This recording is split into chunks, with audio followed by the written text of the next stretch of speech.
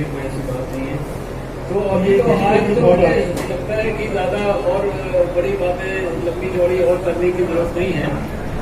एक मैं चाहता हूँ कि एक मोबाइल नंबर है, उसको अगर आप अपना टेलीफोन निकाल लें, हम भी सुनते हैं, आपकी भी बात सुनते हैं, और उस टेलीफोन में ये मोबाइल नंबर पे एक मिस्ड कॉल दीजिए, तो आपको एक मैसेज आएगा, और मैसेज को में एक लिंक होगा, उसको क्लिक करने पे आप मोदी गवर्नमेंट की अचीवमेंट से और मोदी जी के साथ जुड़ जाएंगे। बहुत सिंपल है, तो एक प्रकार से आपकी कोई मिशन भी उनके बाद पहुंच जाएगी। तो ये मोबाइल आप अगर अपने हाथ में ले लें तो it will be a great help for movement. तो ये उनका ये नंबर है 9090 फिर 9020 और इसके बाद 24। दोबारा से रिपीट करता हूँ, 9090 90 20 और 24। ये 2024 है, आखिर में आप इससे समझ सकते हैं कि इसका जो इम्पैक्ट क्या है। 90 20 24 आप मिस्ड कॉल दीजिए, इस पे आपको एक फटाफट एक मैसेज आएगा, उसमें जो लिंक है उसको प्रेस करेंगे तो आप you will get connected to Modi ji. आप बताइए भाई साहब, बताइए।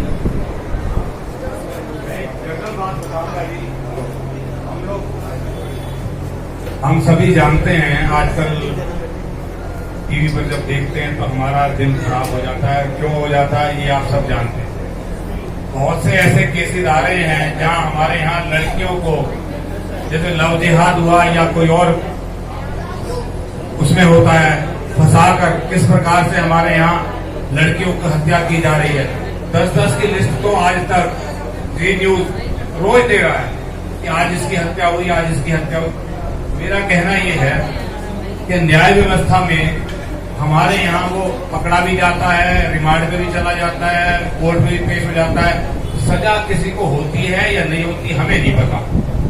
तो न्याय व्यवस्था में हम इतने बहुत सारे विदेशों में भी हम जाते हैं, वहाँ की न्याय व्यवस्था को भी देखते हैं, लेकिन जो न्याय व्यवस्था हमारी है तो मुझे ऐसा प्रतीत होता है कि हमारी न्याय व्यवस्था काफी पीछे है उनसे।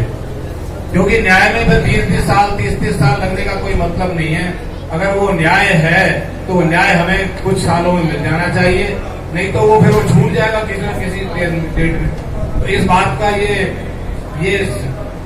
हमारी गवर्नमेंट अगर इसको ख्याल नहीं रखेगी, सिर्फ पकड़ के जेल में रखेगी, थोड़े दिन बाद वो छूट जाएगा, उससे कोई फायदा नहीं है। तो जो लड़कियों को है वो न्याय कोई मिलने वाला नहीं है इस तरह के। मैं इसी बात से धन्यवाद करता हूँ आपका। डॉक्टर का स्वागत करते हैं जो हमारे इस एरिया में आए, ज्योति जी का, और जब उनसे बैठे हैं अनिल जी का।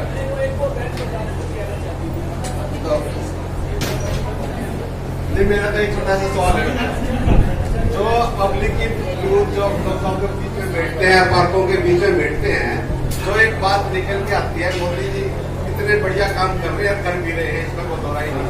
आपने ये बता दिया, सारी सच्चाई है, क्या रोड क्या वो जितने भी का आपने जिक्र किया और किया, एक हवा पब्लिक की आ रही है, वे जनसंख्या का भी एक ही कानून मोदी जी से कह के बनवाओ, ये हमारी पब्लिक की हवा है। अगर ये कानून भी हमारे मोदी जी करके चले जाएंगे तो मोदी जी को या कई सालों तक बनाने वाला कोई नहीं मिलेगा। अगर जब तक ये नहीं करेंगे तो हमारे ये पॉपुलेशन वो बढ़ती रहेगी, घटती रहेगी, सेम कानून करो ना सबके। आप चिंता मत करिए, बस इसके लिए हम जो पब्लिक क्या हो आप तक पहुंचाना। ठीक है, आपकी बात को बहुत स्ट्रॉन्गली कन्वे करेंगे। बेटे बताओ आप। अग्रवाल परिवार की तरफ से आपका और ज्योति जी का मैं अभिनंदन करती हूँ। मेरा डॉक्टर साहब, मैं पहले भी आपको पार्क में मिली थी एक बार, जब आपने मुझे कॉल उठाया था। मेरा वही मुद्दा है फिर से, वो कुत्तों वाला। मतलब सब बड़ी बातें कर रहे हैं, मेरा छोटा सी सैनिक आ रहा है जिसमें हम कुत्तों से करके मतलब यहाँ जा नहीं सकते। अगर कुत्तों का समाधान नहीं करते तो कम से कम उनका इंजेक्शन लगवाया जाए। पिछले मतलब अभी 10 दिन पहले किसी बच्ची को कुत्ते ने काटा है। और दूसरा मेरा है कि महिला सुरक्षा के साथ साथ हमें साइबर क्राइम की तरफ भी ध्यान देना चाहिए, जो कि दे भी रहे होंगे, ऐसी बात नहीं है, कर रहे हैं काम सब कोई, लेकिन अब कुछ ज्यादा फ्रॉड होने लग गए हैं। और तीसरी बात ये कि जो जेटली जी ने या वंदना जी ने जो फंड रेज किए थे पार्क के लिए, वो पार्क अभी तक पूरा नहीं हुआ, अधूरा ही रह गया। बस यही मेरे 3 मुद्दे हैं। और एक और जो हमारा घर बन रहा है 240, उसके सामने पेड़ है जिससे नींव के कारण हमारा घर की मतलब नींव पूरी खराब हो गई है, तो वो पेड़ हम कैसे कटवा सकते हैं, वो ये मेरा पर्सनल सवाल था जो मैं आपके सामने रखूंगा। धन्यवाद। सर, मैं भी इनकी बात से सहमत हूँ। कुत्तों से तो बहुत परेशान है, बहुत काटते हैं कुत्ते। सड़क पे निकलो और कुत्ते काट लेते हैं हमें, तो कुत्तों का और गायों का भी साथ में। मैंने गायों को देखा है जो बेचारी कढ़ा रही है, उनको कोई देखने वाला नहीं है, सड़क पे लंगड़ा के चल रही है। तो एक गौशाला का ज्यादा से ज्यादा गौशाला बनाए, और जो ये पालतू गाय जो रखते हैं ऐसे सड़क पे छोड़ देते हैं, इनके विरुद्ध कार्रवाई की, ये कानून बनाना। धन्यवाद। इससे यही पता लगता है कि फाइन बिजनेसमैन के ऊपर ही होना चाहिए, फाइन कूड़ा फेंकने वालों पे भी होना चाहिए, फाइन गाय छोड़ने वालों पे भी होना चाहिए, और सभी संस्थाओं को ऐसे ऑर्गेनाइज होना चाहिए कि डॉग्स के लिए एक अलग सेक्शन हो। जो जिनकी गाय है अगर वो छोड़ी जाती हैं तो उनको गवर्नमेंट पकड़ के लेके जाए और अच्छा तगड़ा फाइन लगाए। कूड़ा फेंकने वालों पर भी अच्छा तगड़ा फाइन लगाए। पूरे इंडिया में ये फाइन क्यों नहीं है? बाहर तो हम लोग अगर हमारा रैपर भी उड़ जाता है तो भाग भाग के पकड़ते हैं, इंडिया में ऐसा क्यों नहीं है? नहीं, आपकी बात बिल्कुल हाई क्वालिटी है। मैंने खुद भी देखा है कि बहुत देशों में, फिनलैंड में मैंने देखा कि वहाँ पे जो कोई भी लॉ को ब्रेक करता है, थोड़ा बहुत भी सड़क पे कोई मान लीजिए ट्रैफिक का वायलेशन ही करता है, कार ड्राइविंग वाला, अगर वो बड़ा आदमी है तो उसके ऊपर फाइन जो है उसका रेंज बहुत बड़ा है।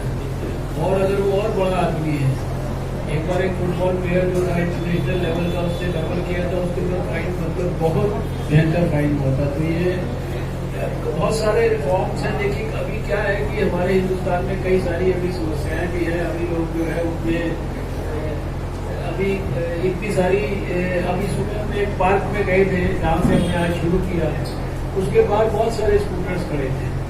तो मुझे लोगों ने डिमांड किया, देखिए साहब ये सारे ये गेट के बाहर स्कूटर खड़ा कर देते हैं, अंदर घुसना भी मुश्किल है, इसको ठीक कराइए। अब इसको बताइए पार्लियामेंट मेंबर या जो कॉर्पोरेटर है इसको कैसे ठीक करा सकता है? वहाँ पुलिस भी हर समय खड़ी कर सकता, वहाँ कोई डंडा नहीं चला सकता, उसको जेल में नहीं डाल सकता। These are all issues of civic sense. अब अभी शाम को जिस पार्क में गए थे, लोगों ने कहा जो डॉग्स को लेके आते हैं वो इनको स्कूल वगैरह पास करते हैं, लेकिन उसकी सफाई नहीं करते। लेकिन आजकल इतने मॉडर्न इक्विपमेंट्स हैं, आप डॉग को सैर कराने के लिए ला सकते हैं, क्योंकि हिंदुस्तान में अलग से डॉग पार्क्स नहीं है। लेकिन उसके साथ साथ सिविक सेंस भी चाहिए कि भाई आपका अपना डॉग जो है वो अगर कोई स्कूल पास करता है तो आप उसको हाथ के हाथ उठा लीजिए, उसके लिए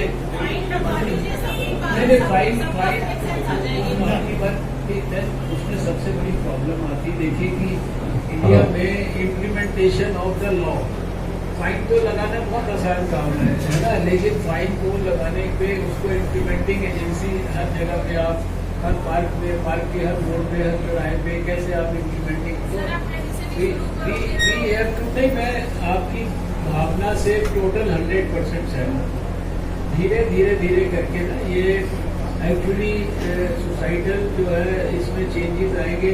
हमने जब 1996 में मैंने सबसे पहला एंटी टोबैको लॉ कंट्री में बनाया था, Delhi prohibition of smoking and non smokers health protection bill, जिसको बाद में सुप्रीम कोर्ट ने कहा था कि दिल्ली जैसा ये कानून सारे देश की सब सरकारों को बनाना चाहिए। देश में सब सरकारों ने बनाया, फिर बाद में भारत सरकार ने भी बनाया, फिर बाद में WHO ने उसको FCTC के अंदर जो है लागू किया, framework convention for tobacco control. तो तब हमने उस समय भी एक तरह से इस तरह के फाइन थे, पब्लिक प्लेस में 100 रुपया फाइन होगा, सब होगा। उसके लिए एजेंसी भी बनाई गई थी। शुरुआत में उसको पकड़ा भी होगा, लेकिन तब हमने कहा था इसको हम फाइन को लगा रहे हैं ऐसे सोसाइटल फ्रेंडली मूवमेंट को डेवलप करने के लिए। ये मतलब कानून जो है ये लोगों के लिए फ्रेंडली है, कानून है फॉर द सेक ऑफ कानून, लेकिन ये पैसा लगाने के लिए कानून नहीं है, पैसा इकट्ठा करने के लिए कानून नहीं है।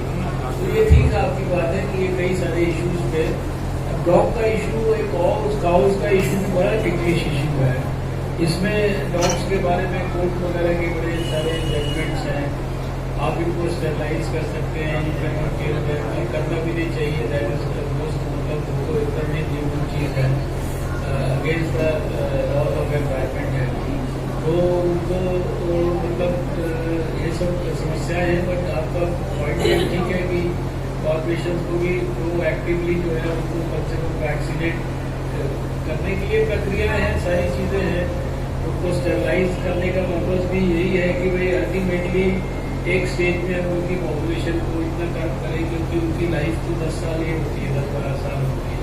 तो अगर धीरे धीरे हम उनका जो प्रोजेनी है उसको रोक दें तो लॉन्ग रन में इसका सोल्यूशन निकलेगा।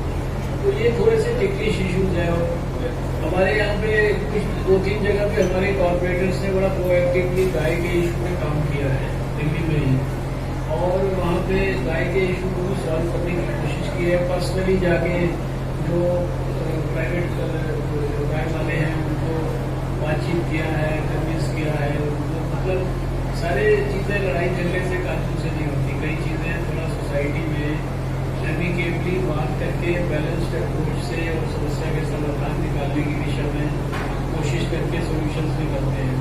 तो कई जगह पे निकलने की कोशिश हो रही है। जहाँ तक गौशाला, तो मेरे ख्याल से गौशालों की कोई कमी नहीं है। गौशाला बहुत है, बहुत धार्मिक लोग हैं। कल भी मैं शाम को एक राजपुर गौशाला के अंदर मेरा आखिरी प्रोग्राम में गौशाला के अंदर ही था, यमुना के उसके ऊपर पूछते के ऊपर। तो गौशालाओं की कोई कमी नहीं है भारत के अंदर। गौ प्रेमी गौ माता तो मतलब आप जानते हैं, सब कहते हैं 33 करोड़ देवी देवताओं का वास देखिए उसमें है। तो धीरे धीरे करके इसमें जिसका उपयोग हुआ है, जिसकी जो ड्यूटी है उसको ये निभाना बहुत जरूरी है। दूसरे पे हम डाल के खाली चीज़ें नहीं छोड़ सकते। अब मैंने यहाँ पे दिल्ली में कोशिश किया, मैं सारे अमेरिका में डॉग पार्क स्टडी करके आया था। अभी पिछले साल जून में गया था। कई डॉग पार्क को मैं स्टडी करके आया, उनके बहुत सारे। तो मैंने यहाँ कई मीटिंग्स की कि मैं अपने इस चांदनी चौक पार्लियामेंट्री सीट में 2-4 डॉग पार्क्स बनाऊँ कि जो डॉग लवर्स हैं या जो जिनके पास अपना पेट है वो वहाँ पर उनको लेके जाएँ। लेकिन जहाँ पर भी इनके प्रयास के बाद बनाने की कोशिश की तो आस पड़ोस के लोगों ने इतना उसमें आपत्तियाँ दर्ज करनी शुरू कर दी, पहले झगड़े फसाद करने शुरू कर दिए। आप यहाँ कैसे बना सकते हैं, डॉग पार्क कैसे बना सकते हैं। तो ये यहाँ पे बहुत सारी चीज़ें पैदा होने से पहले ही कॉम्प्लिकेट हो जाती है। Then I drop the idea, मैंने कहा ये इसके कारण सोसाइटी में झगड़ा फसाद होना शुरू हो जाता है, कोई फायदा नहीं है। बट सर जैसे पॉपुलेशन का किसी ने शायद मुद्दा उठाया था, पॉपुलेशन का किसी ने शायद, तो पॉपुलेशन के लिए एक रूल बनाना तो एक बहुत पॉपुलेशन क्या, आप ये कहिए कि यूनिफॉर्म सिविल कोड के बारे में बहुत एक्टिवली चर्चा हमारी पार्टी में होती है। हमारी पार्टी के जो एक तरह से लॉन्ग टर्म गोल्स में से भी वो है। जैसे आपने देखा कि आखिर 370 की धारा हटाने के बारे में हम 50-100 साल से कह रहे थे, 70 साल से। तो जैसे ही मौका लगा तो उन्होंने उसको हटा दिया। तो यूनिफॉर्म सिविल कोड लाना जो है ये भी जाते हैं हमारी संस्था, मगर हम बना नहीं पा रहे हैं। ऐसा क्या कोई कानून है कि नहीं, कोई ऐसा कानून नहीं है। और ये जो हमारे जो अशोक विहार वजीरपुर कंसल्टेंसी है, शालीमार बाग की कंसल्टेंसी है, उस हर पार्क में बैडमिंटन कोर्ट्स हैं और सुबह सुबह हमें कम से कम सैनिक विहार जितनी बड़ी कॉलोनी है 5 बैडमिंटन कोर्ट चाहिए, तब जाकर जो है बैडमिंटन कोर्ट की समस्या का। तो बैडमिंटन एक अच्छी बड़े पार्क से उन्हें बना लीजिए, मना नहीं करेंगे। हाँ, बड़े पार्क। इसका मैं समाधान दे देता हूँ थोड़ा सा। हमारे पास सैनिक विहार, मैं भी सैनिक विहार पहले प्रेसिडेंट भी रहा, जनरल सेक्रेटरी रहा, भी एग्जीक्यूटिव मेंबर हूँ। तो हमारे पास वहाँ एक service personal area, SP area जो आप आर्मी सोसाइटीज में देते हैं, और लगभग 1.5 एकड़ का प्लॉट पड़ा है, खाली प्लॉट पड़ा है। पहले तो जंगल था सारा, हम लोगों ने उसको जेडी जी की हेल्प से, ज्योति जी की हेल्प से, या पूर्व भी जो काउंसलर है उनकी हेल्प से उसको बहुत शानदार डेवलप किया हमने, बिल्कुल क्लीन किया हुआ है। वहाँ दशहरा की एक्टिविटी होती है, और भी एक्टिविटी करते हैं। वो प्लॉट बिल्कुल खाली पड़ा है हमारे पास। अगर आप वहाँ कोई स्पोर्ट्स कॉम्प्लेक्स बना देते हैं जिससे बच्चे भी एंजॉय करें, बैडमिंटन कोर्ट भी बन जाए, बुजुर्गों के लिए रिक्रिएशन सेंटर भी बन जाए, तो जगह हमारे पास है, हम जगह देने को तैयार है कोई एक्टिविटी के लिए। ये जो भी जगह खाली है, कोई आप प्रपोजल लिख के दीजिए। इसमें पहली बात तो आती है किस एजेंसी की जगह है, फिर दूसरी बात उसका लैंड यूज क्या है, उसका लैंड यूज किस चीज के वो है। लैंड यूज एसपी एरिया था सर, सर्विस पर्सनल एरिया था, वो मिशन ही होगा ना। लेकिन सर्विस पर्सनल के लिए वो अगर लैंड यूज उसका है तो उसके ऊपर कोई सर वो मिशन खत्म हो गया, क्योंकि जो 500 आप अगर जो भी सजेशन देना है वो आपके दीजिए, साथ के नाम लिख के भेजिए, आप मुझे कॉपी दीजिए। क्योंकि इजीएस्ट वे आउट है जिससे किसी भी रेजिडेंट को ऑब्जेक्शन नहीं होगी और ये काम इम्प्लीमेंट हो जाएगा आराम से। डॉक्टर साहब एक जो छोटी सी ये ज्वलन समस्या है, एक मिनट, जो कॉलोनी की समस्या चल रही है, आप सुबह आए होंगे, ब्रिटानिया से आए होंगे यहाँ अमीबाग के लिए, ब्रिटानिया से लेकर पंपा बैंकवेट पड़ता है, 3 किलोमीटर का रोड है ये। इस रोड के ऊपर लेके आपका वजीरपुर डिपो से लेके मधुबन चौक तक 2 सड़कों के लिए दिल्ली सरकार ने लगभग 400 करोड़ रुपए खर्च किए कि हम इसको यूरोप के रोड से भी बेहतर रोड बनाएंगे। आप अभी जाएंगे, यहाँ से निकल के देखिए, आपको मैं दावे से कहता हूँ कि यहाँ से ब्रिटानिया पहुंचने में 2 किलोमीटर के लिए आपको कम से कम आधा घंटा लगेगा। वहाँ पर क्या हो गया, इतनी जबरदस्त एनक्रोचमेंट हो गई है, एक तरफ सड़क बन रही है, वहाँ दूसरे राजस्थान के जो गड़िया लोहार होते हैं, गाड़ियां लेके जो लोहार चलते हैं, उन्होंने अपने परमानेंट घर बना दी है। पहले शीला दीक्षित के टाइम में सिर्फ 1 या 2 रेडी नजर आती थी, क्योंकि बीजेपी की गवर्नमेंट को तो लंबा समय हो गया, 25 साल 24 साल हो गए, 15 साल हो रहे, 9 साल हो गए हैं। पिछले 9 साल के अंदर वो 1 रेडी बढ़ती हुई, शाम के टाइम में सभी विंडो से आई विंडो में कोई आदमी निकल नहीं सकता, कम से कम आपको 1000 रेडी नजर आई, 1000 रेडी नजर आई। मैं उस शख्स का नाम नहीं लूंगा जिसकी प्रोडक्शन है। आप ब्रिटानिया के लिए यहाँ से आके देखिए तो नहीं, ऐसे लगता है कि मेरा बेटा आता है, उनके फ्रेंड्स आते हैं, बाहर से कहते हैं कि पापा मुझे नर्क में रह रहे हो आप। तो थोड़ा सा ये थोड़ा सा डॉक्टर साहब हमारे बीच में आए, इनका बहुत बहुत धन्यवाद। इन्होंने मोदी जी की 9 साल की उपलब्धि हमारे को बताई, इसके बारे में सभी लोग एक बार तालियां बजाएं।